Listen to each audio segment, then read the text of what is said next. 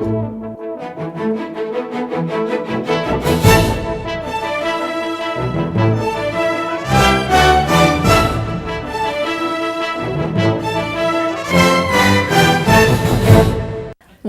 to your PWC Connections, a monthly look at what's happening inside PWC and out in our community. I'm your host, Courtney Lucas. Thanks for tuning in.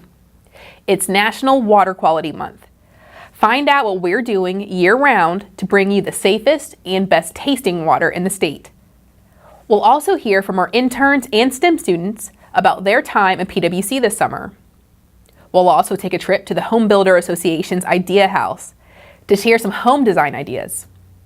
We'll learn all about one of the best community events celebrating diversity that this town has to offer. Finally, if you like money, we'll tell you how to do business with us and lower your utility bill. So stay tuned.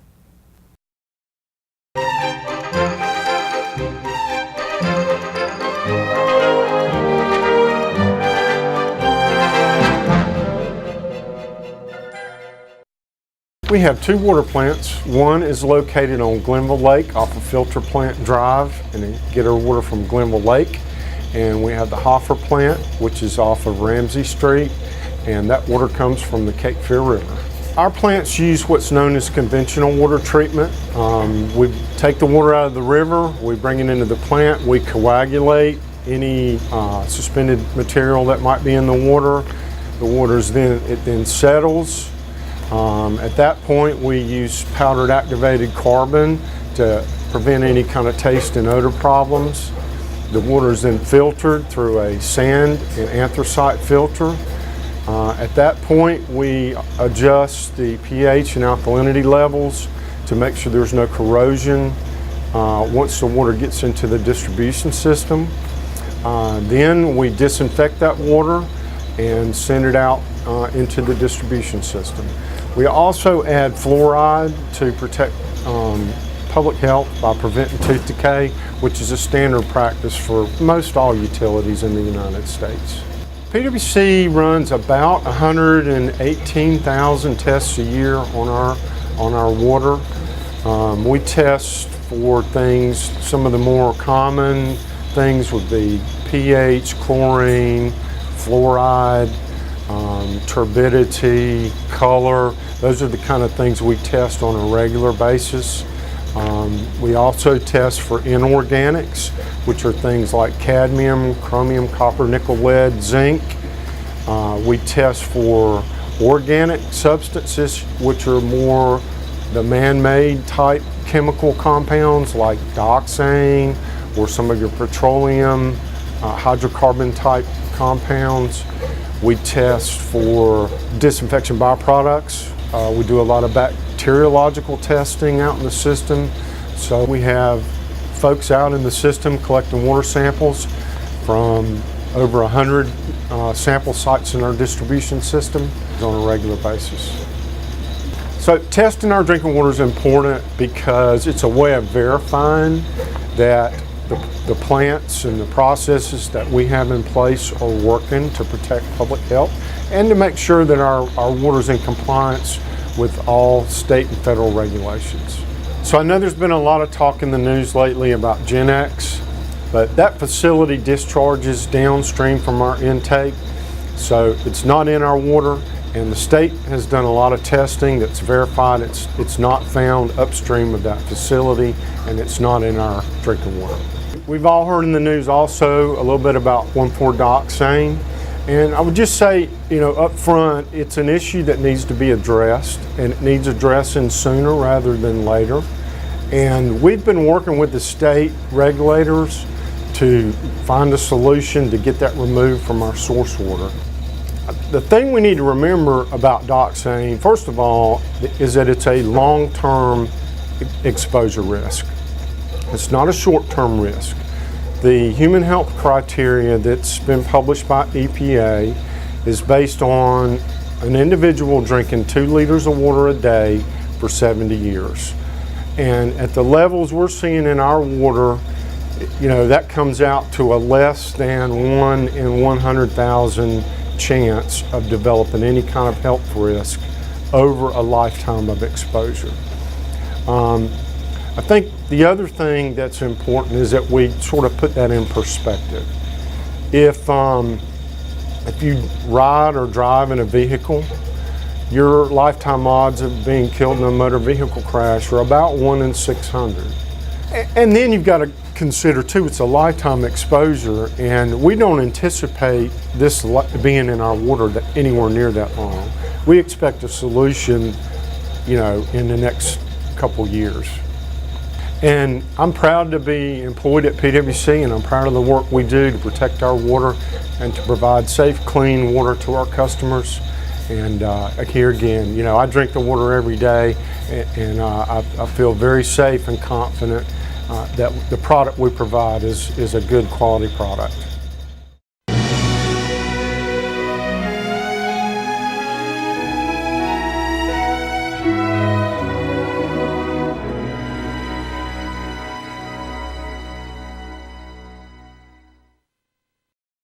We are experiencing an aging workforce, and the opportunity for us to get into colleges, universities, and even into high schools, and we're looking at even getting into middle school, because we do offer a job shadowing program here too. It's important for us to give these individuals opportunities to learn the different opportunities and jobs that are available, that are out here when they graduate, that it be from high school or college. And this gives us an opportunity to recruit good young talent that are full of vibrant ideas and different perspectives on how to handle work challenges, but yet also replaces an aging workforce. The baby boomers are moving out, the millennials are moving in, and we are adapting ourselves to that type of model. So it's best to kind of commingle now, but as that baby boomer group enters that retirement stage, then it gives us the opportunity to bring in fresh talent. So STEM is the science, technology, engineering, and math program that we partnered with the city with several years ago, and it incorporated a lot of high school students that were up and coming and wanted to offer them summer opportunities, and PWC stepped up with 10 in the first program. This year they incorporated the workforce development piece called ICON that opened it up for those I say students that were even graduated from high school, 18 to age 24. The summer internship program is that we offer every year for college students, that it be freshman, sophomore, junior, or senior. And we try to pick a career that they're majoring in at their university or college, and that we can bring them in here in the summer and offer them challenges and projects that they can work on to assist PWC in reaching strategic plans and goals that we have within departments. All of these internship programs that we have are paid. So you walk out of here with a paycheck that you can either give to your mother and father or spend it on things that you like. So watersheds is kind of tough to quantify. It's really cool. We spend a lot of time outside, but everything's about sustainability and maintaining the environments and the natural habitats. So a lot of things that we do, people would be like, oh man, that sounds terrible, but it's for maintaining the natural environment.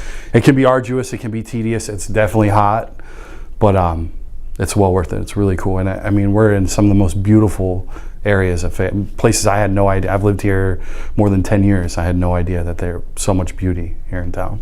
I go to Methodist University. I'm a senior. I'm a double major in biology and environmental and occupational management with a concentration in natural resources and regulatory compliance. So I've done grease trap inspections where you go out to restaurants, you inspect where the grease comes down the drains. I've done backflow preventer inspections where if a home has a sprinkler system, that means they have a backflow. It's basically preventing water from coming back into the pipes that PWC has. I've also inputted reports for grease traps and for the backflow preventers. I've worked on permits. I've gone and done inspection of businesses. I've done a whole assortment of things that you could think of here at PWC. I think the most interesting thing about the internship here is how many people I've gotten to know and work with. I've met people in HR. I've worked with Jason and safety specialists. I've worked with Ray Jackson, environmental specialists. I've gotten to see a lot of things that go on here, and it's amazing to see. You don't think PWC does so much, but there's so much they have offered for the community that I've been able to see, so it's amazing to be able to give that opportunity. I just graduated from UNCW with a chemistry degree. In the lab, on Monday, Tuesdays, and Wednesdays, I go out with our lab technician, Brittany, and we collect samples at our local sampling sites. And so we test for like things such as turbidity, our chlorine, and just as a normal monitoring to just make sure everything's going well. And then on Thursdays and Fridays, we just do things in the lab just to test to make sure everything's fine. So going out and getting samples, I enjoy that. Also, when customers call, we get to go take care of that to, test their water for them and get to have that customer, I guess the interaction with customers, the one-on-one interaction. I really do enjoy doing that. I heard about the STEM program through my high school counselor. Actually, she posted it online. She posted a lot of stuff, and I thought this was really interesting. I might want to take a closer look at it. In the HR department, I'm working on helping them organize files. I know in the AV room, there's a lot of furniture, a lot of old files that they need to get rid of to clean out that room. So I'm helping them by scanning files, organizing them, making sure they're ready for them to somebody to pick them up. So I'm not for sure what major I want to do right now, and this is why another reason why I wanted to do this program is to help me decide what major I want to do once I get to Chapel Hill. The most surprising is how casual the employees can be. Like, we can have, they do the work, of course, but they can also have fun and laugh and joke, and it's really nice to be around them. Well, I really enjoyed being here. I know next week is my last week and I'm kind of going to miss it, but this was a really good experience and I definitely recommend it to other people. I go to North Carolina State University. I am an environmental technology and management major. Ever since high school, I took an environmental science class and I've always kind of felt that drive to give back and improve the way that we use the planet and for its resources. So in the watersheds department, we just started a project. We're looking for ways we can build beehives on some of the properties to improve the quality of life of pollinators. And we're also working on floating wetland ponds, which will help with the water quality by adding native plants on top of the water so they can provide nutrients to the water as well as filter out toxins.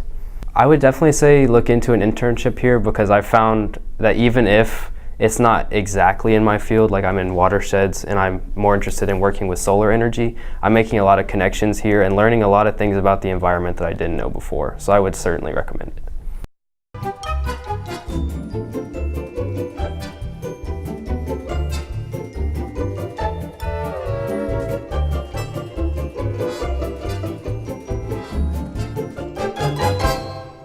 The Idea House is a way for the home builders to come in and promote new sales in the new sales industry in Fayetteville. We do this as a way to promote subs and vendors in our community that are also in our association and come out with new products and show what's cutting edge in the home building industry. It's important for us to showcase what the subs and vendors can do, also what's trending in the area and then also in the new home building industry. Even if you're not in the home buying market right now for new homes and you have projects going on in your current home, you may still want to come out and see some ideas that can help you with what you're doing. Also, we'll have a list of subs and vendors that are members of the Home Builders Association of Fayetteville that you can use to hire them to do your work. This is the third Idea House that the Home Builders Association of Fayetteville has done. A little bit about this house is it's a 3,600 square foot house, has 5 bedrooms, 4 bathrooms, and it's a craftsman style house. It's got great amenities from lighting to flooring. Also it's got a rear covered porch and a upscale master closet. The tour will start September the 7th through October the 7th, and it's going to be Friday, Saturday, and Sunday starting at 10 a.m. and it'll run to 6 p.m. There will always be a realtor on site to answer any questions that the public may have or anybody else may have. And the great thing about it is free to come and look and see what's trending. So if you're into HGTV and you watch it religiously like I know most home buyers do, you will absolutely love the amenities and the features that we have in this home. So it will give you ideas that you see actually on TV that come to real life in the Idea home. After the tour is done from September the 7th to October the 7th, what we will do is we will list it and the home will be for sale at that point, and someone will be a lucky homeowner to have this nice home. Without PWC and other volunteers and subcontractors and vendors, the Idea House would be strictly an idea. So we are happy to team up with all of our subs and vendors to make this a successful house.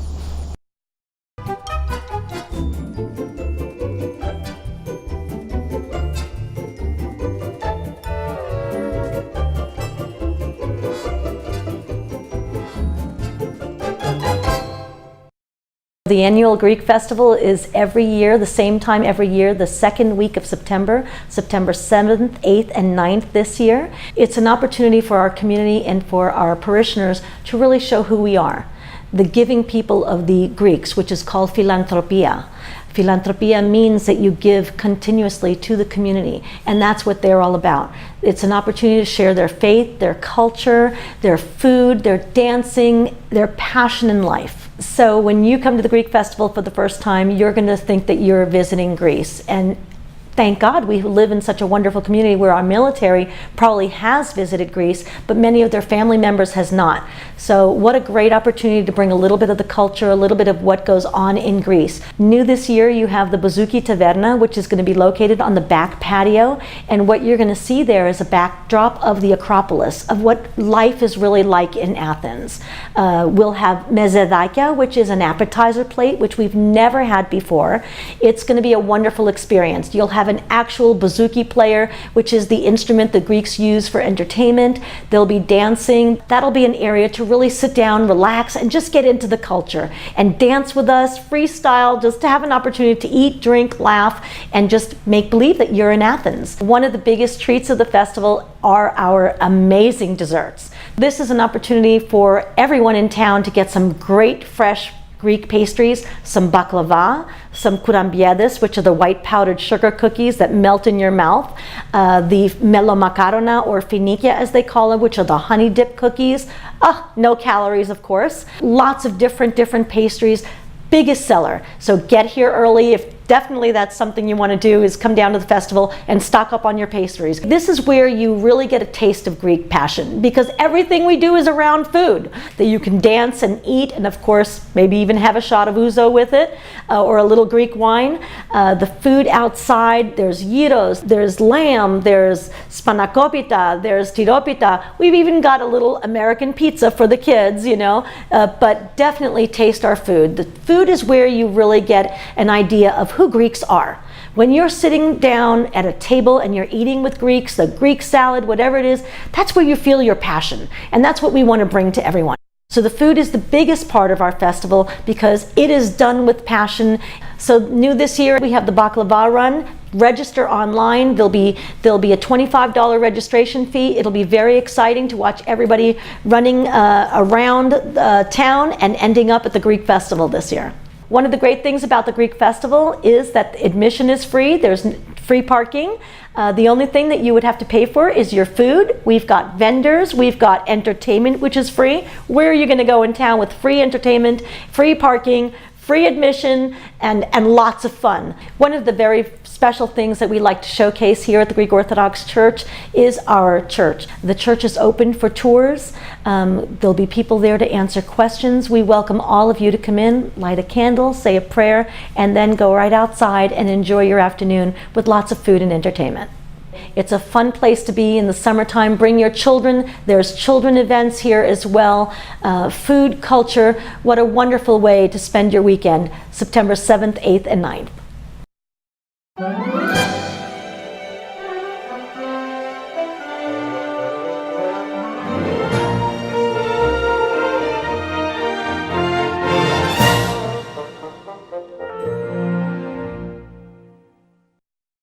So day to day at PWC's purchasing or procurement departments, we're going to be super busy. Why? Because we have a $300 million budget, and this department deals or handles about $80 million of that budget annually. We not only make sure we get quality goods, quality contractors, but we also get competitive pricing. And so all of that goes into just better quality and obviously to the bottom line, but also to PWC's priority, which is reliable service and lowest responsible rates.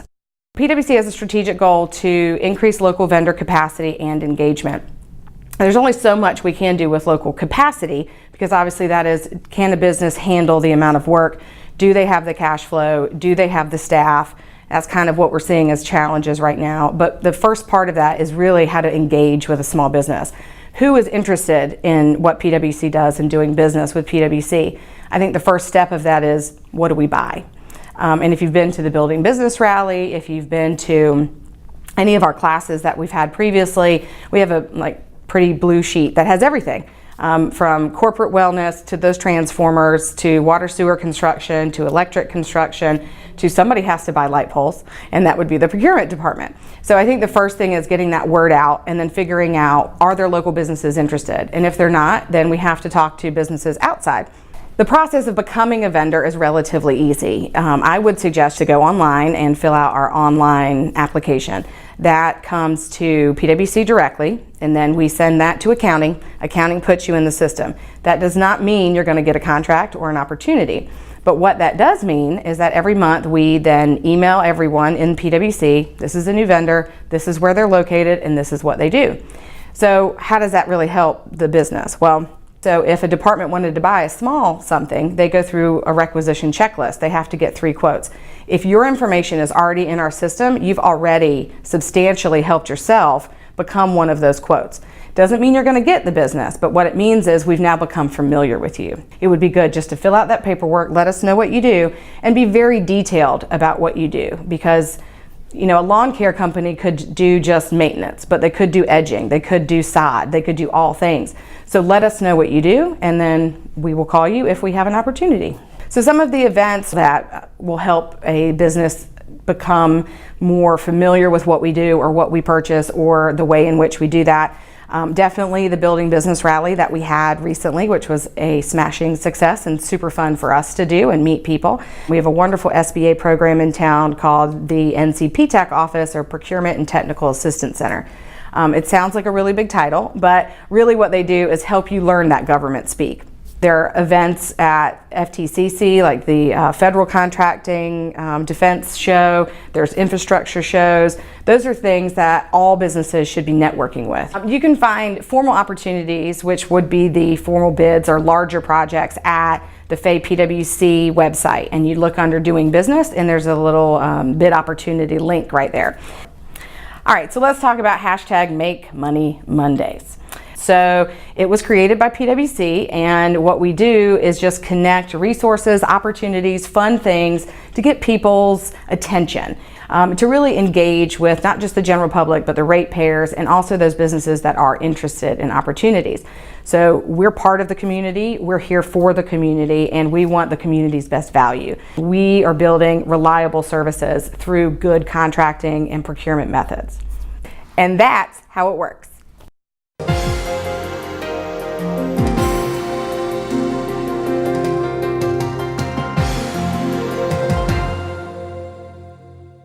Some conservation tips that I would give a homeowner is make sure that your temperature on your air conditioner setting is at 78 degrees in the summer, and in the winter you can set it to 68 degrees. That's optimal temperature for saving energy. Some of the benefits of the programmable thermostat would be you can actually turn your heat down or turn your air down when you're not at home.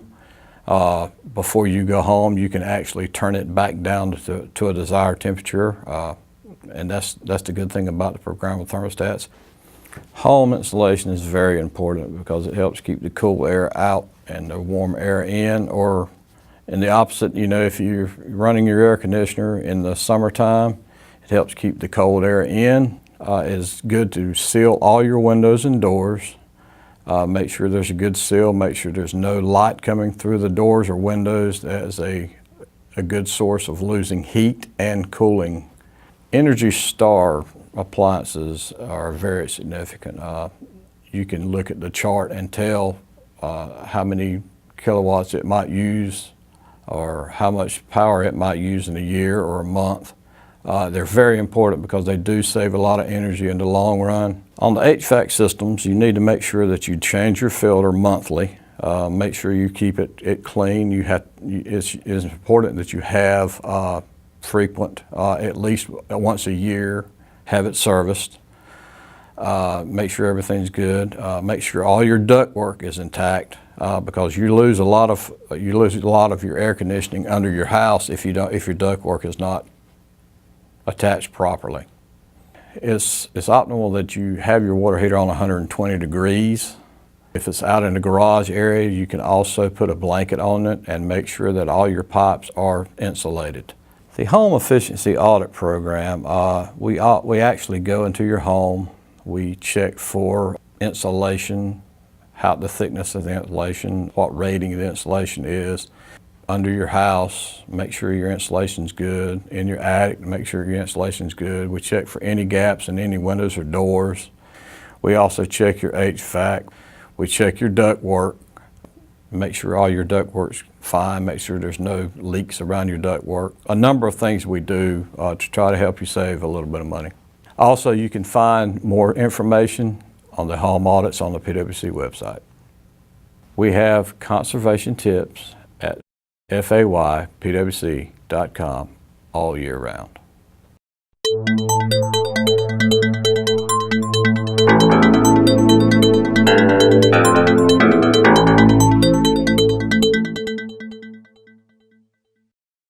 Hi, and welcome to Take One. This is our chance to highlight news, upcoming events, and important FYIs from the Fayetteville Public Works Commission. Do you have what it takes to power our community? Are you interested in riding high in a bucket truck or climbing poles 60+ feet in the air? Are you willing to work in rain, sleet, snow, or soaring temperatures for our customers? If so, becoming a line worker may be the career for you. Enroll now in Fayetteville Tech's Groundsman Line Worker Training Program. The new 8-week training program is designed to train individuals interested in learning how to set and climb poles, install crossarms, hardware, lines, and transformers. Safety and teamwork will also be taught throughout the course. It's a dangerous yet rewarding job that's always in demand. Call 910-678-8230 or visit FTCC online for more information. The course will be taught several times a year. Don't forget to take advantage of PWC's Rain Sensor Incentive Program. Rain sensors are devices that attach to automatic irrigation systems and monitor rainfall levels. When a certain amount of rainfall is detected, the rain sensor temporarily overrides the controller to prevent unnecessary irrigation. Once the rain sensor dries out, the system operates according to the timer. The incentive is equal to the retail cost of the rain sensor, up to $50. And any current residential or commercial water and/or irrigation customer is eligible to participate as long as they don't already have a rain sensor device installed. The program is valid from May 1st, 2018 until October 31st, 2018.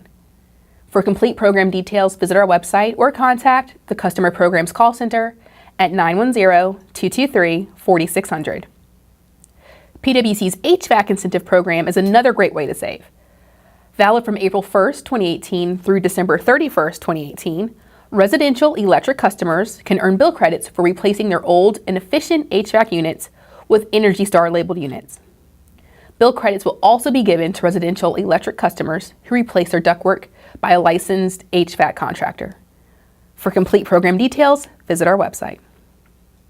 It's hurricane season, and weather emergencies such as hurricanes, tropical storms, and tornadoes can pose a serious threat. Knowing how to respond before, during, and after these events can make a difference in keeping you and your loved ones safe. At PWC, we have an aggressive and proactive plan for operations in the event of severe weather, and our crews are ready to swing into action as soon as it's safe. And we want you to be prepared as well. Download PWC's free storm prep guide at faypwc.com for tips that will get you ready for a weather emergency. Find a list of items to pack in your emergency supply kit. Find out what you need to do to prepare your family, what important documents you should have on hand, and more. You can also pick up a free storm prep guide at PWC's Customer Service Center, City Hall, or your nearest library. As a reminder, Fayetteville PWC offices will be closed on Monday, September 3rd for Labor Day. If you need to report an emergency related to your utility services, please call our hotline at 1-877-OUR-PWC1. Thanks for watching Take One, and remember to like us on Facebook, follow us on Twitter and Instagram, and subscribe to our YouTube channel. Thanks for watching.